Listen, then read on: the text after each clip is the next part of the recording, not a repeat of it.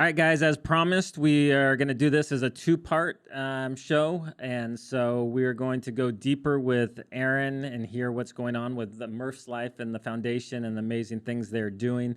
Max had to leave early last week. And so this, as we promised, is the second part where we go more in depth. But if you did not see the first show, I would really encourage you to go back and watch that first. It'll make more sense. And Max puts on quite a show in that episode, especially his exit where he smashes our surfboard and almost breaks the door down trying to get out. So hope you enjoy the show, and make sure, as we asked before, that you guys are subscribed, that you are liking it, that you are writing reviews. If you're listening to this as a podcast, it makes a big difference for us. And how many people will be able to see it if we have those subscriber numbers. All right. Hope you guys enjoy the show. I don't think anyone knows what could happen tomorrow. And I always kind of think this, like, I don't think anyone should get too worked up about anything because God can take our lives at any moment. And none of that's going to matter. None of our politics, none of money, like the love of money. But at the same time, like we're talking about money now for the love of humanity. Yeah. And to be able to do good stuff from humanity, you need to have money. You need to have funds. You need to be intelligent with those funds.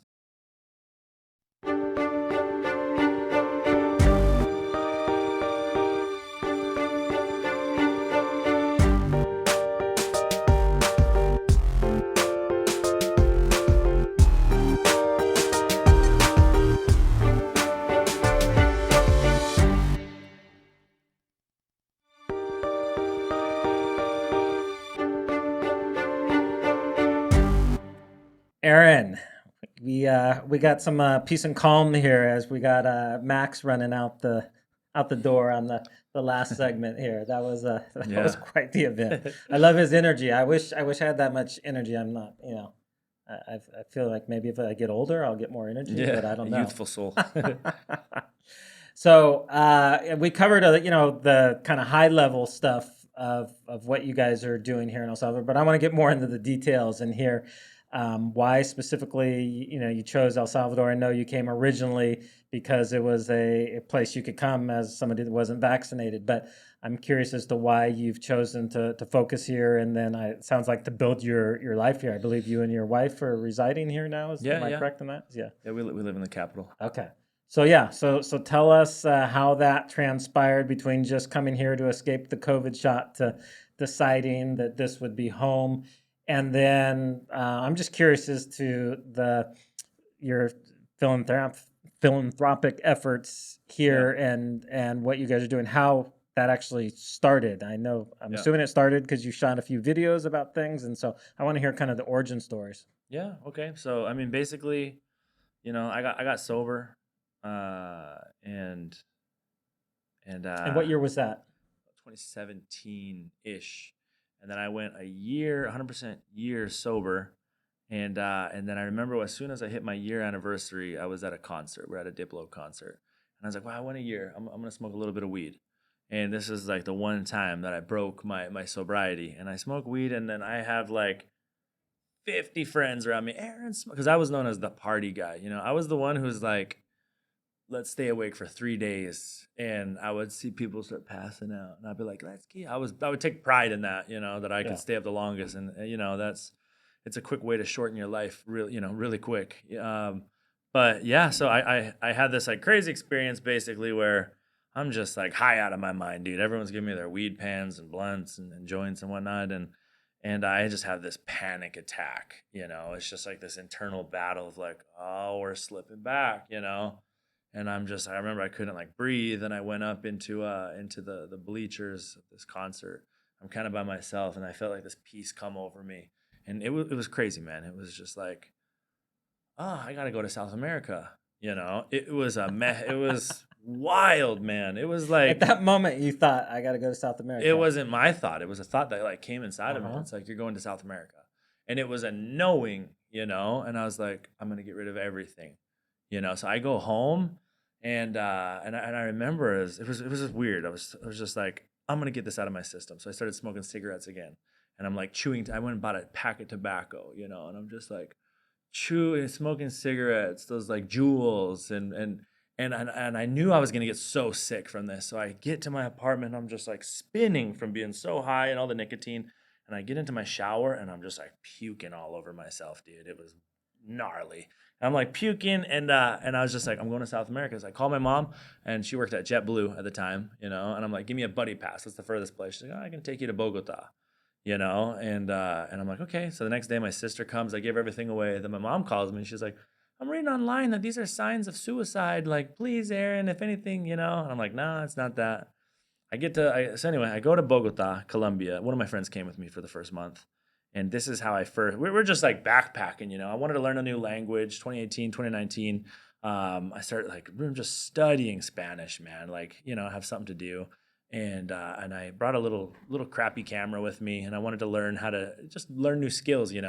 And so I'm just like staying with people in the streets, and I would share a meal every day. I would share a meal with someone new, and I would kind of film them, our conversations. But this was a way for me. Then later I'd go to a coffee shop and I would like listen. I'd be like, what the hell are they saying? I'd try to put it in Google Translate, and it would take me like a month to put subtitles at the bottom. But that's how I learned, that's how I learned Spanish. And one day this guy came up to me, Juan Carlos came up to me, and he's like, I want a job. And I'm just like, no, you want drugs, because in the States, most people in the streets, when they ask for money, are generally a little wacky in the mind, or, have a serious drug addiction. So, and anyway, it turned out to be a really cool guy, and we ended up helping him. And then it wasn't until, like, kind of fast forwarding, it wasn't until I got stuck in Ecuador during COVID. I mean, like, I was stuck, man. Like, I couldn't even leave if I wanted to. Yeah. And my sister's like, post videos, because I'm posting on my Instagram story, like, look, I'm living with these Venezuelans. I mean, there's like piss everywhere in this bathroom, 5 families sharing it. I'm sleeping in the closet for everyone's towel. It was nasty. Like how dude. did you wind up staying with them? I wanted to, Okay. It was just, I mean, I didn't have any other options. All the hotels closed down. I stayed between there and this little grandma who let me in her house. And it's pretty cool. I actually went back and we spent like $300,000 on this grandma. I bought her son a semi truck, and I built her her mom, she's old as hell, dude, really cool woman. We built her a beautiful home, and on top of her home, we built a beautiful, like, all glass, beautiful, like, kind of how you built out there, much smaller though. Airbnb completely changed their lives forever, So I'm staying between this grandma and these Venezuelans in this apartment complex. But my sister's like, put this on Twitter, like, your Instagram stories are crazy. And I kept telling her for like a month. And I'm like, no, that's like a pedophile app, because just little girls dancing. I kept saying that. I'm not gonna join a little app, like that, like a dancing app. And anyway, so she started my account, called it MurphsLife. Was it Twitter or TikTok you're talking about? This was TikTok. TikTok, okay. Yeah. So this was TikTok, and and the videos were getting like 50,000, 100,000 views. And I'm like, wow, I've been like uploading my videos on YouTube, and it's like 50 views, just from my cousins and family, I'm like, that's pretty cool. Like, my money ran out, I'm like, maybe I can make money off of this to, not like starve to death down here. And anyway, so I started kind of like uploading, but it wasn't like, I was never like, I'm going to go do charity videos, like when I'm with the Venezuelans, the borders were closed. So what they would do, was super wild.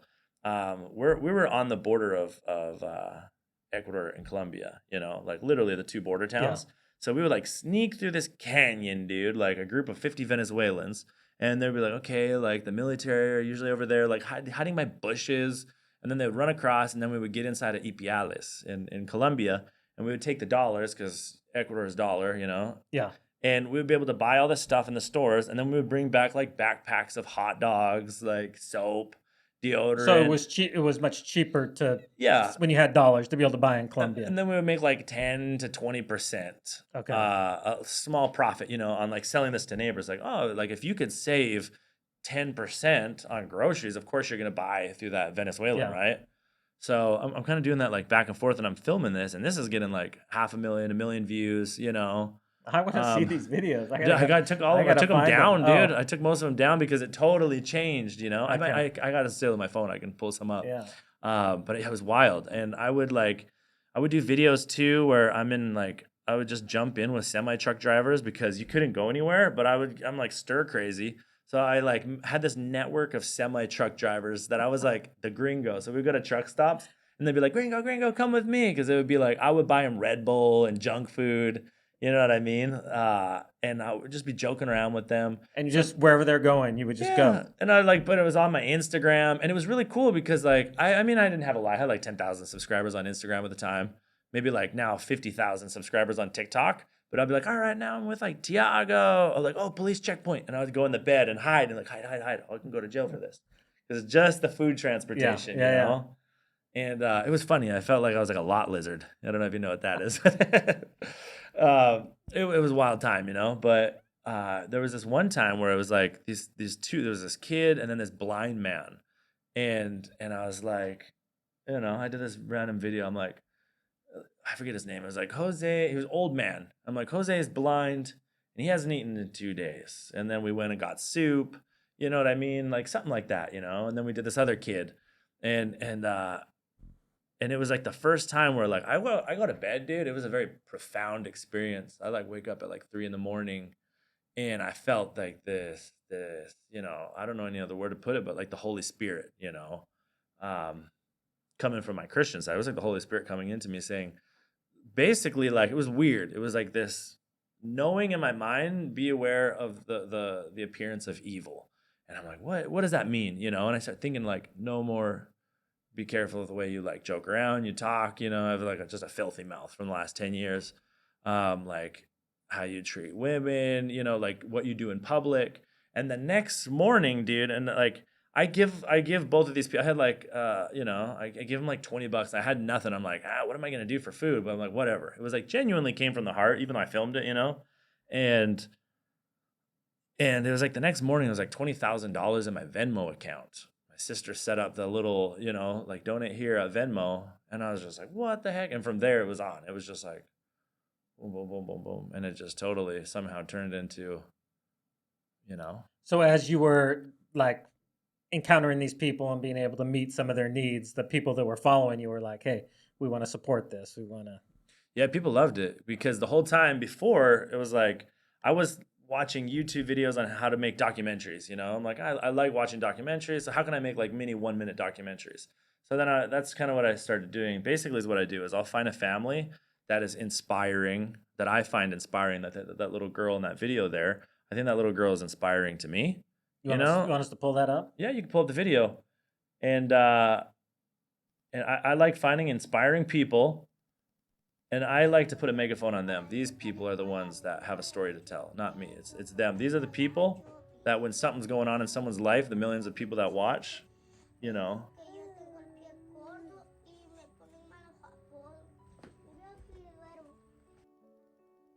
This is a typical mud house that you find throughout Latin America. It's just made out of wood that they find around here, and then they'll put up like this mud paste for the walls. So underneath of these old cushions, you have this metal here, which is not good for the back. So when it rains, everything gets filled with mud. Ella a veces se lo dificulta bastante llevarla a la escuela.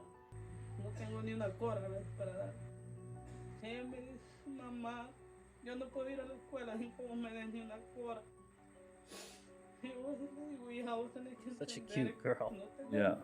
Quiero ir mucho a la escuela porque quiero estudiar mucho para ser doctora. Porque si no voy muchos días a la escuela, no voy a poder ser doctor. You know, so I think she has elephantitis. That's kind of what she has going on in her legs. She got bullied a lot in this school. She had to walk 2 hours. But by walking, it really makes it swell up and like the veins kind of going around it. So this video, I want to say we raised about $180,000 just from this Wow, this that's one crazy. this one TikTok video. And so because of her, we now on our farm where we're building our resort, it's like a canyon here, and then the other side of our farm is you can see it. That's where we're building the school. And I built them a beautiful brand new house right beside the school. I don't know if you guys have pictures of it, but I don't think we had pictures of that one. But yeah, I can pull something up later and show you guys. But we built her a beautiful, very modern little house. She has her own bedroom. It's really, really cool. And literally 3 meters is where we're building the school, so she doesn't have to walk anymore. And because of her story, there's so many poor families that can only send the oldest to school because it's the buses, the transportation charge is $1 per kid to go to school. So if you're making $75 biweekly and you got 5 kids, you can't. yeah, You know what I mean? It's so we're bringing in all those kids. We have an extra vehicle too that we go right now. We pick up all the children, bring them to school for free. Um, So tell me how that location started. Like what made you decide to do this in this location, and how did that? Yeah. I wanted to. The donations were really starting to grow, right? And I wanted to be able to get into farming because I know by having these kind of farms, it gives a lot of jobs. It provides food for people, and I think in coming years, and even now, and more so in the future, one of the greatest assets in life will be clean water and organic food. Having access to that, Yeah. especially as the dollar is inflating more and more and more. If that, God forbid, if there's a total crash on that, it's going to be absolute chaos until things kind of resolve. And that's what I really want to focus on our foundation is how can we produce millions of kilos of quality food, for children going to school, for old folks homes, for people going through cancer, like that. These are the basic programs that we're getting ready to set it up for, and to be able to sell in markets to lower prices, providing quality food. So when I met up with Bukele, one of my friends was like, "Hey, come check out our farm." And they have a huge coffee farm up in Los Naranjos.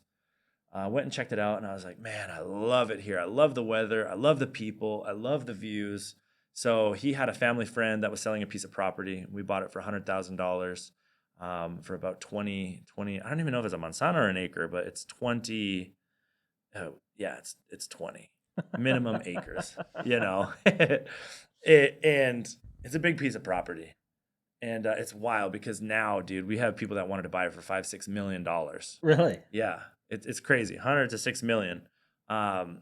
But this is where we're building it on now, and we've been spending a lot of time and energy on this. We have about 160 acres in Ecuador as well, between the Amazon. We have another farm that's not too far from the border of Colombia, and there we have like lemons, cacao. We built cabins Like for tourism. similar type project to what you're doing here? Very similar, but we built a small school out there as well. But this one is we're putting in like 99% of our energy right now to build this out, because I like I said, I'm not a huge expert on Bitcoin, but I knew about Bitcoin a long time ago. I bought Bitcoin when it was like worth $4,000 or $5,000 a long time ago, and unfortunately, like I think I don't know what happened. I was just like day trading for shit coins, as a lot of people say. Ended up losing it. But now, we hold Bitcoin, and we receive Bitcoin donations, and I'm fascinated by Bitcoin. And this is kind of what we were getting into before he left. Like there's something very powerful when you work on a farm. You plant a seedling, and you're like, I want that fruit now. Because when we first bought the farm, I was like, I want to buy a farm when there's already avocado trees. I want that fruit now, and to be able to do something like that, you got to pay 10 times more if it's already producing, Yeah. So we bought this farm, and at first I'm like, whatever. But now that like after 3 years has passed, and we have pounds and giant basket, we planted like 400 or 500 of one type of lemon. We have 60 different fruits that we have, of all from apples to plums to pears to all the exotic fruits, to those big guayaba, guava, pomegranates, like everything you can think of, dude. It's like we have there, even like different assortments of lemons. We have these little caviar lemons that you put in, those like fancy caviar. Yeah. You know what I mean? For We drinks and stuff. Yeah. So, which is also another way of tourism, because people love to be like, oh, I didn't know there's like purple bananas and bananas that look like Buddha hands and bananas, So it's another thing that we can bring in tourism. But to be able to see, it's a very satisfying thing. It's a very powerful experience to be able to see something grow from a seed to now that produces fruit, And so with this farm, now it's like, that's what I was saying. I want to be able to create something where, a lot of Bitcoiners that I've met, that come down here and it's like, it's not what I thought, or I thought I would be able to do this or this, or like quick, right? Yeah. I'm for the long game. I enjoy planting the seed now, in my coming on my late 30s. I want to be able to see what can we do in 10 years. That's kind of my circle right now. And that's what I always tell them. I'm like, this is way further along than I thought it would be. Like, did you really think that everything just overnight would transform? I mean, Yeah. it is transforming, but these things they're generational transformations that have to happen. Like with farming, the Bitcoin is the same Yeah. thing. For money to be replaced, fiat to be replaced with Bitcoin is something that it takes time, it takes work. It's when we're kids, I grew up in Canada and we like to make snow igloos as kids. I think in the United States, kids more like to make tree forts, right? You grab the wood and you build a little fort. Yeah, depends what climate you're in. So Yeah, depending on the climate. But we like to build things as children. Yeah. You know what I mean? Kids like to play with blocks and build. And I think back on some of like the funnest moments of my childhood, which is our innocence, is building these igloos and building these tree forts in the forests. And because it's about the process, right? It's the process of seeing like, look what we're building. But when society teaches us that no, you should have things now, and we have things like TikTok where it's like we're just zombies staring at 10 seconds like I don't like it, I don't like it, I don't like it, I don't like it, I don't like it. You know what I mean? Yeah. Like it makes you go effing crazy, It dude. reminds me of watching old people at the slot machine. They just sit Yeah, there, they're just dude. like Exactly, man. So anyway, like it's a different breed of people that I say, if you want to come down here, this is the fun part, is Yeah. building.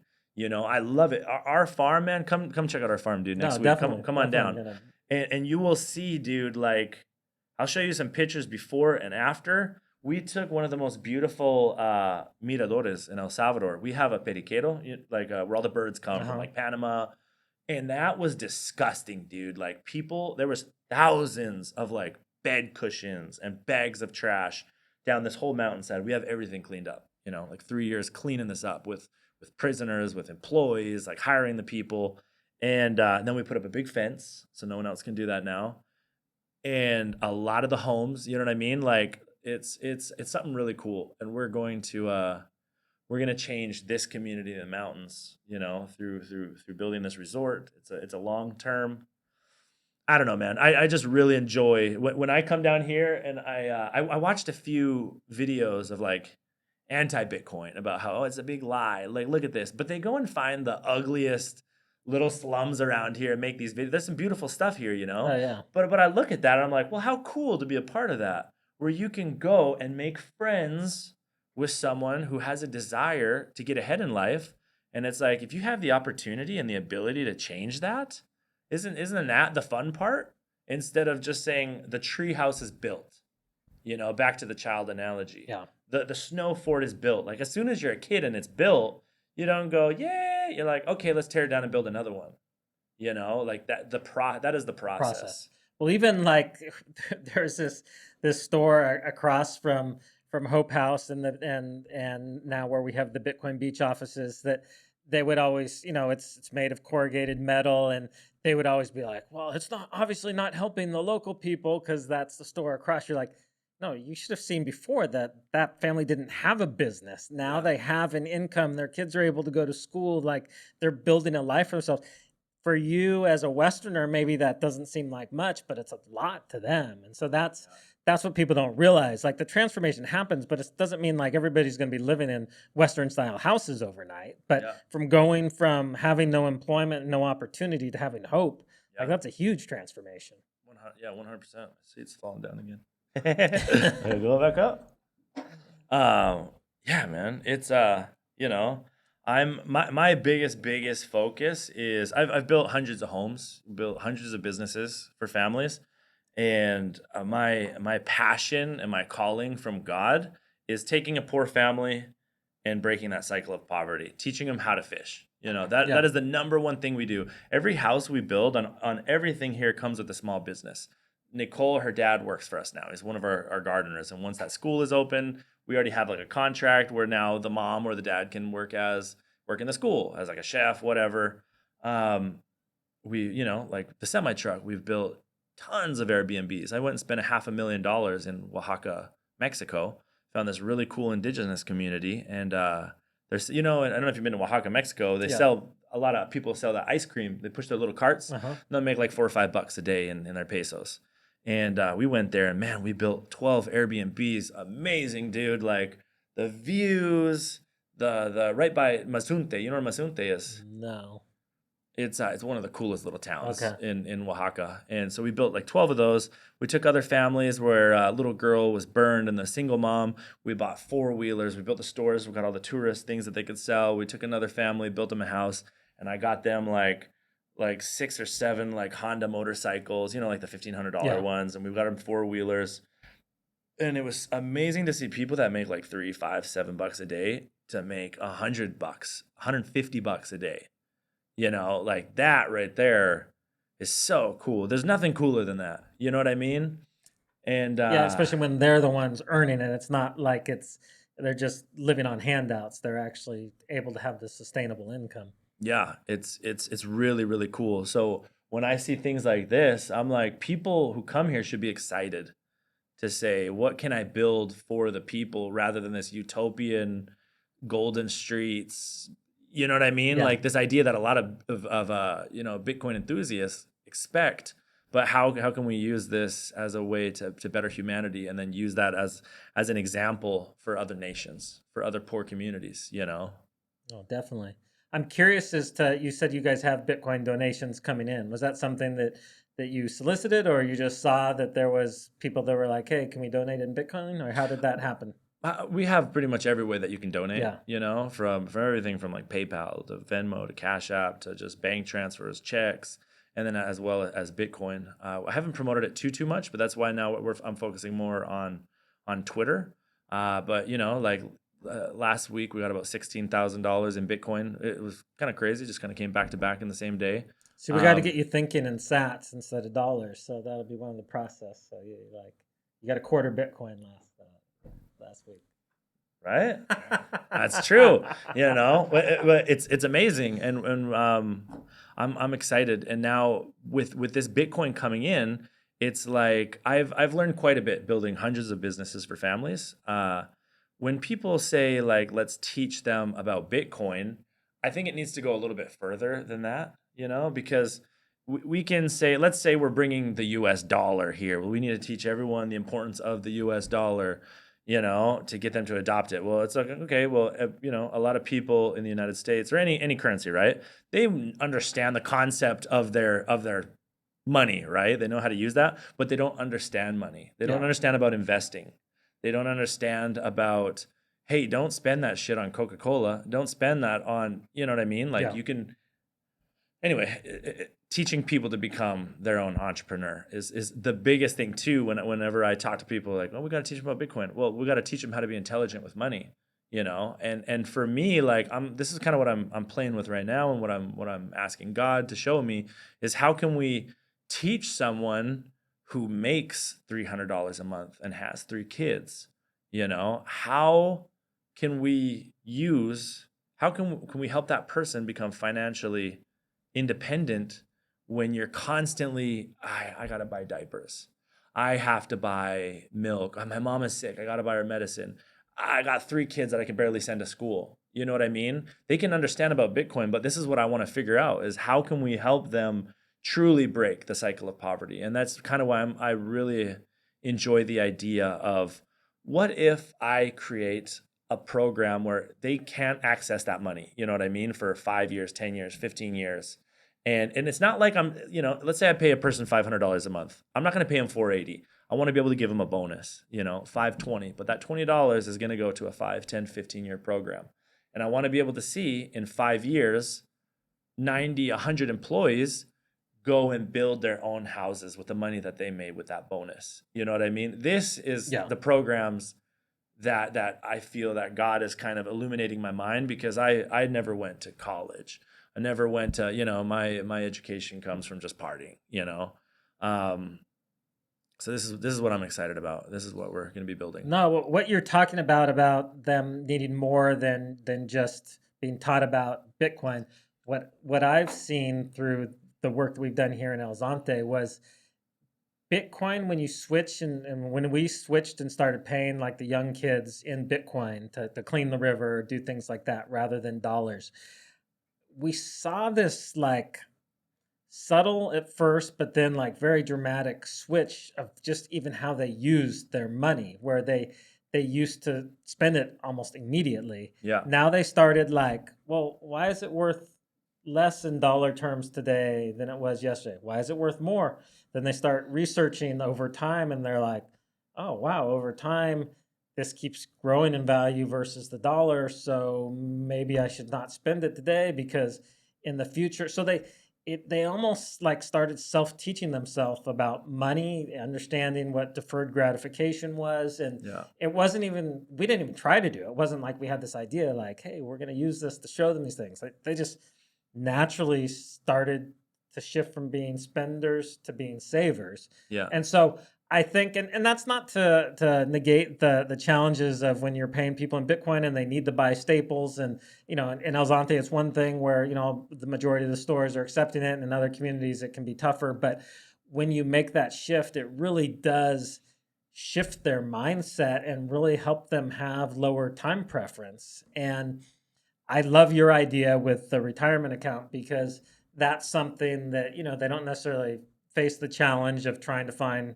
places they can spend Bitcoin in the immediate, but they're going to be following the value of that account. They're going to be clued in to where that's going, and that will help teach them about Bitcoin, because and about not just Bitcoin, but about the value of deferred gratification, of the miracle of being able to save and have those earnings compounded, rather than always needing to earn money, but to let their money work for them. And especially when it's the hardest money that's going up in value. And so I love that idea. We'd love to be able to help you guys kind of implement that. And on the we've done similar things, so we know kind of what works and what doesn't. So I think that's amazing to be able to roll that out, and that will really have a long-term impact on those people. Yeah, I mean, I'm excited, man. Like,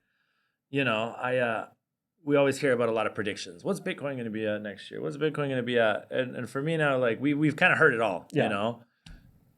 It could be worth 10 million in 5 years, and I would be like, oh, okay. It could be worth $1 million. It could be worth 20 grand, and I'm still, you know what I mean? Like, I don't think anyone knows what could happen tomorrow. And I always kind of think this, like, I don't think anyone should get too worked up about anything, because God can take our lives at any moment. And none of that's going to matter. None of our politics, none of money, like the love of money. But at the same time, like, we're talking about money now for the love of humanity. Yeah. And to be able to do good stuff from humanity, you need to have money. You need to have funds. You need to be intelligent with those funds. So 100%. I love the way you put that, because that's people some say like, well, you guys are just focused about money. It's like, no, we're not focused about money. We see when you use corrupt money how it causes people to not be able to earn a living for their family. It causes people to dads to have to leave their wife and kids behind and go to the U.S. illegally, because they can't they can't keep up with inflation. So it's not because you love money, it's because you see that having fair money leads to people having justice in life. Yeah, I 100% agree.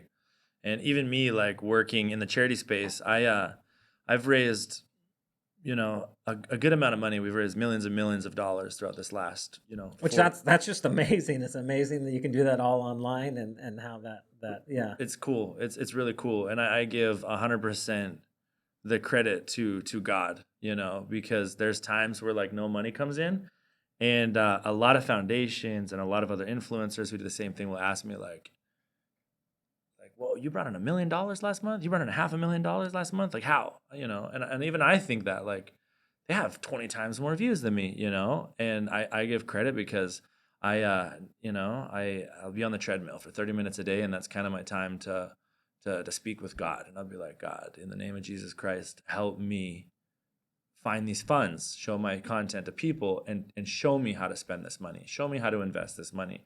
Show me how to teach people how to fish, And I don't talk about that on my videos. It's just, between you and I. I've never went out in public and said that. But that is my number one, I don't want to say trick, but that's my number one where I give credit. Like, that is why, And I have a really strong faith that, we hear, with faith you can move mountains. And it's very true, because I think about, for me, for example, my testimony in this is, how did I go from having no education I got into a whole bunch of debt.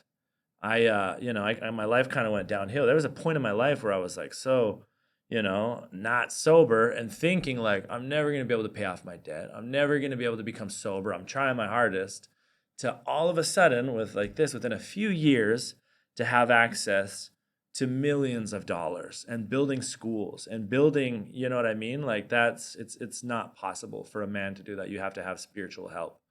And I don't know what else I was going to go with that, but I don't know. I'm excited. Yeah. I'm excited about being here in El Salvador and being able to use now Bitcoin to, I have this vision in my mind that we can take all of these families.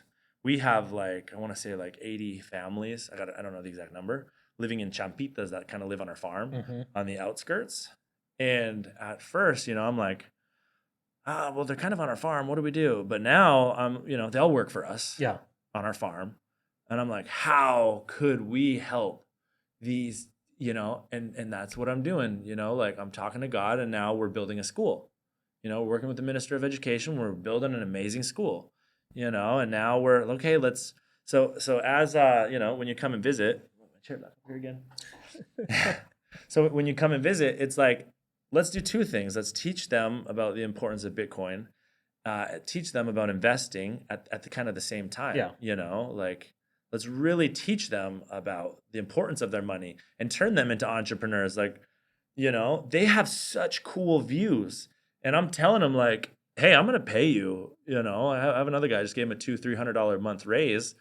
And I'm telling them like, dude, you could turn your house into a rental unit, turn it into a little mini hostel, charge $30-40 a night.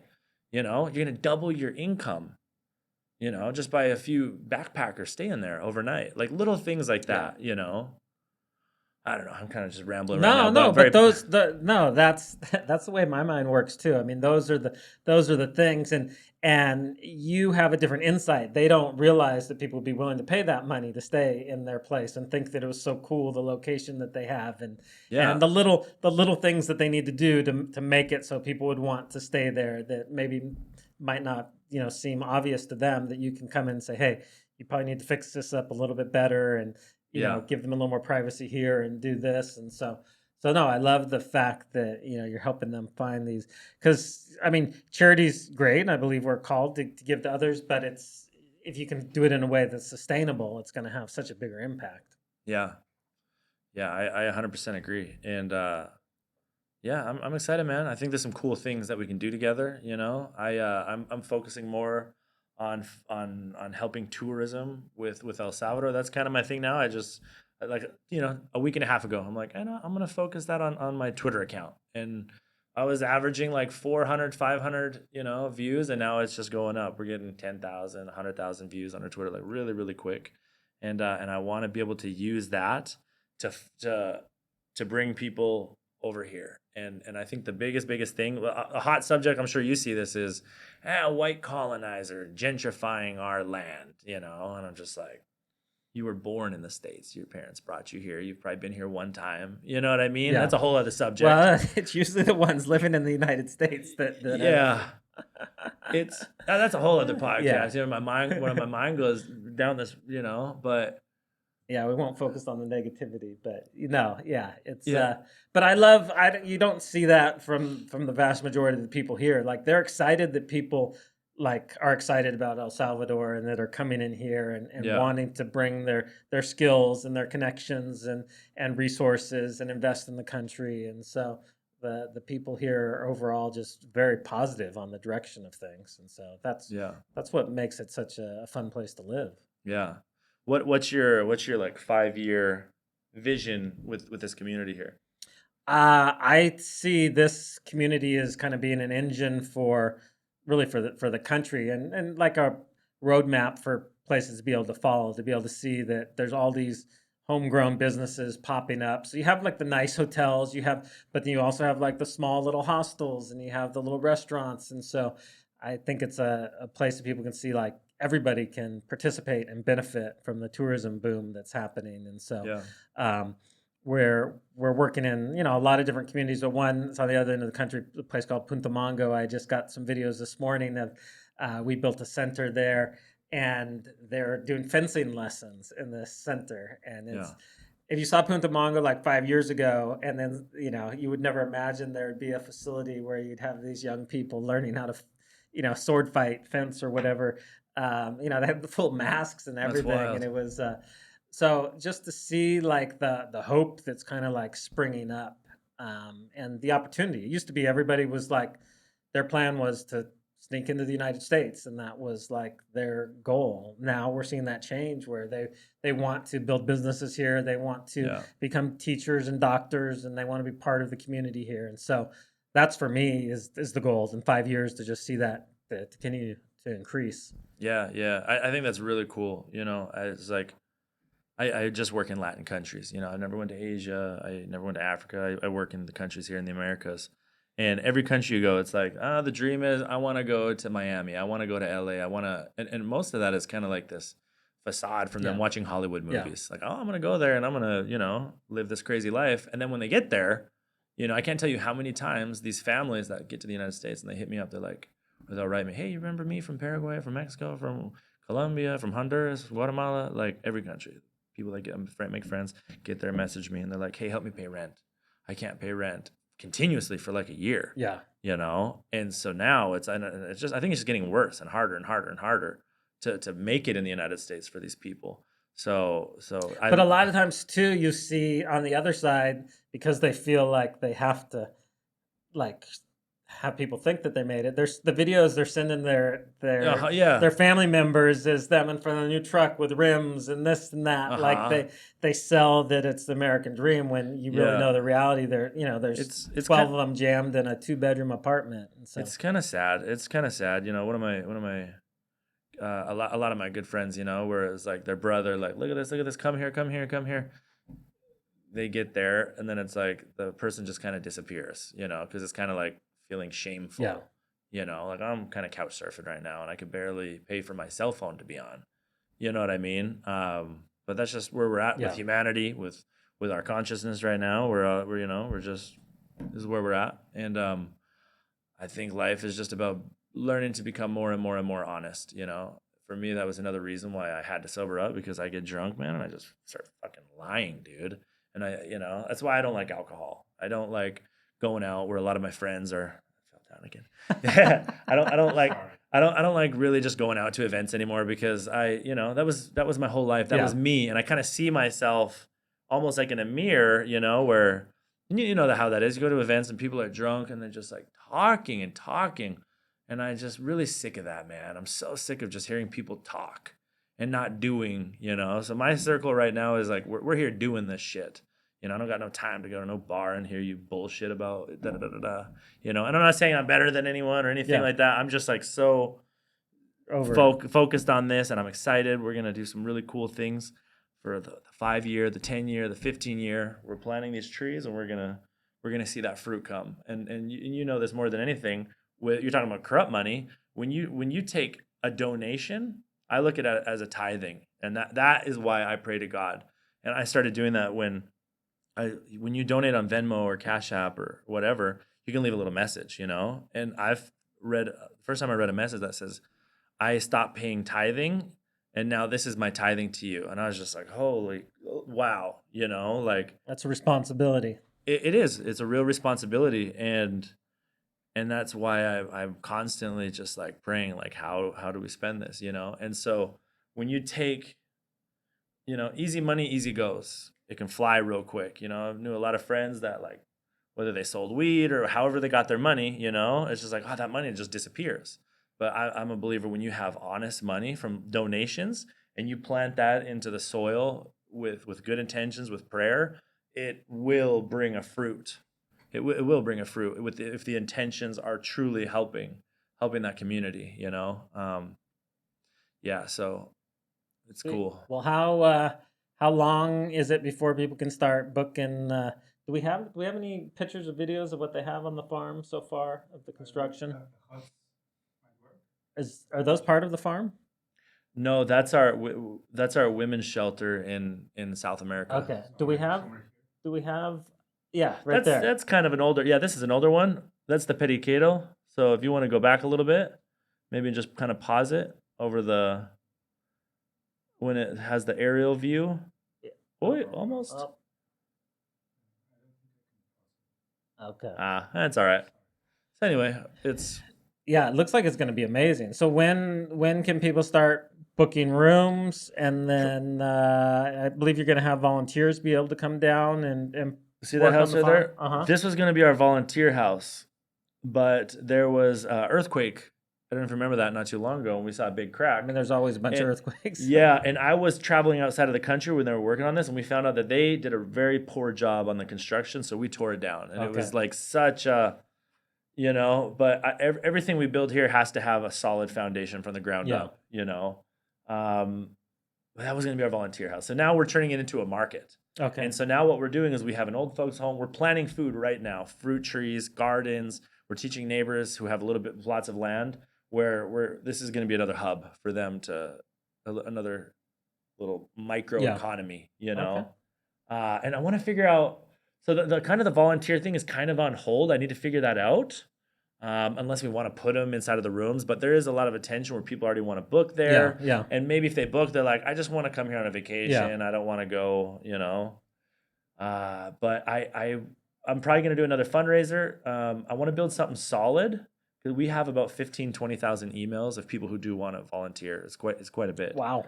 And yeah, it's a really big list. But I'm probably going to need to raise another $1 million to build something further down. I want to build kind of almost like kind of a hostel with a big, big area with all the little coffee mugs and have the rooms for, whether we can do it for church leaders, where church can come in or whatever. But That's a beautiful view you got there with the volcano in the background. yeah, that greenhouse is now a kitchen. It's kind of torn down.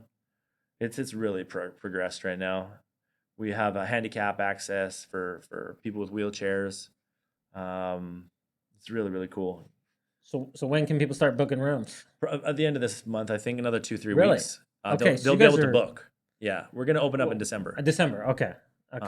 But they'll be able to book. We're at about 700 emails of people that specifically want to book as soon as we launch.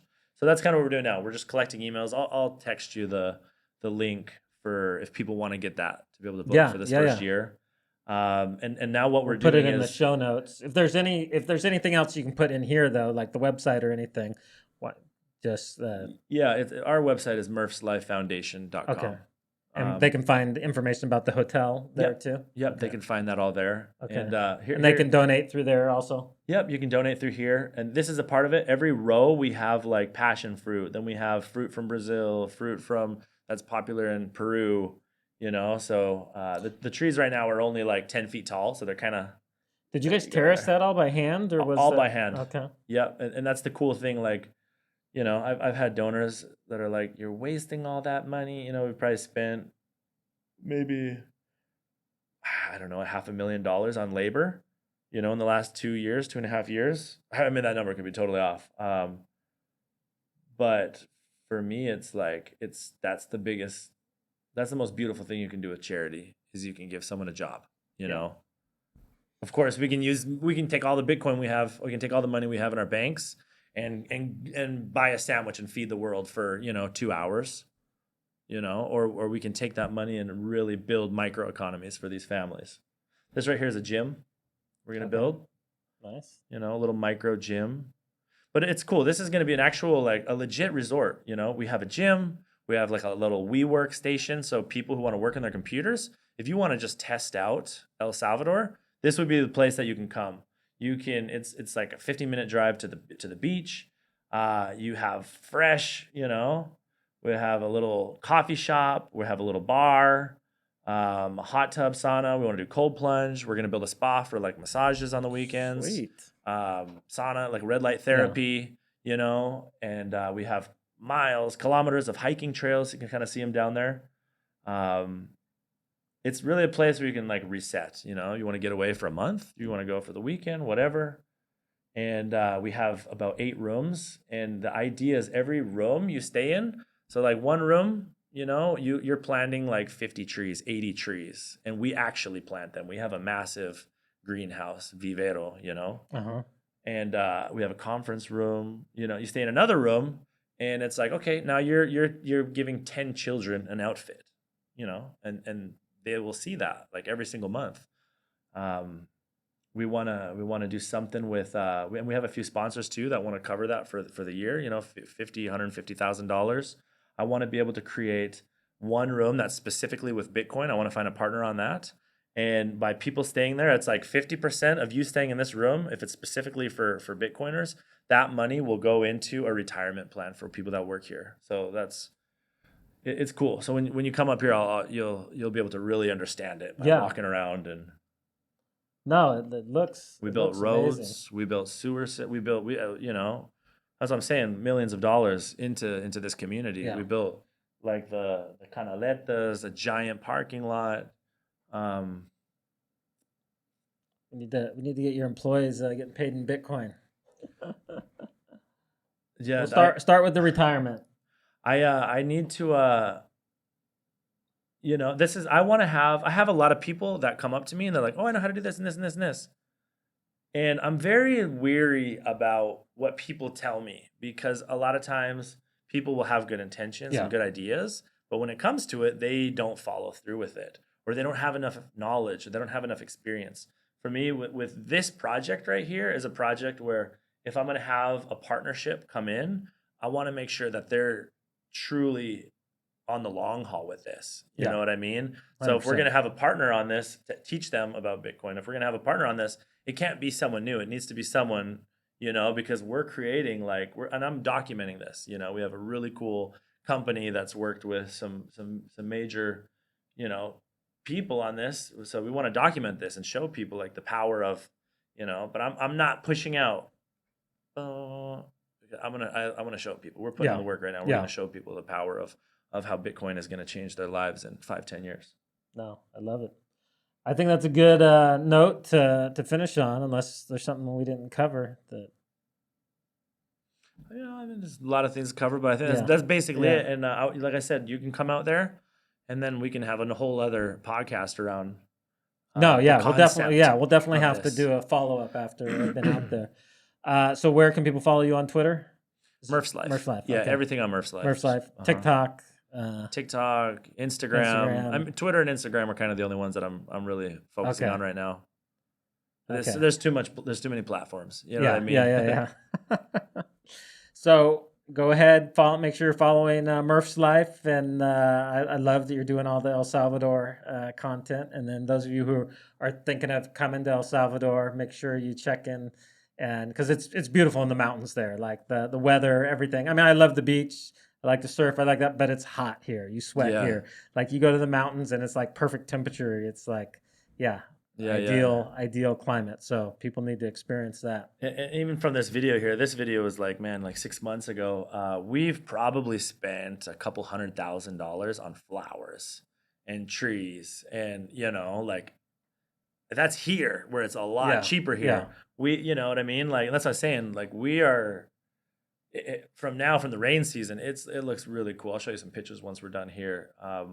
But we're turning this into like a very beautiful, in my opinion, it is the most beautiful farm in Central America. And not just for the scenery, for that volcano, for the ocean in the background. Just everything together. It's like, holy shit, I can stay here and feed and actually see the school that's educating. And I'm eating here, and I know every meal, every percentage is, we have a break. And this is the last thing I'll say.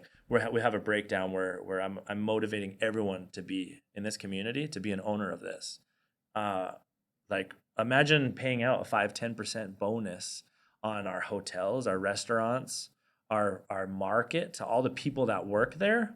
That is what I'm very excited about with this. I've built hundreds of businesses. I've this last few years, I've made millions of dollars, and now I'm very excited to be able to do something for a community where everyone can technically be an owner in it. And I think this is a model that can be duplicated all over the world. We just need to prove this concept, and it will work because it's being done through honest money and through prayer. So I'm excited about it. Awesome. Well, I think that's a good note to wrap up on.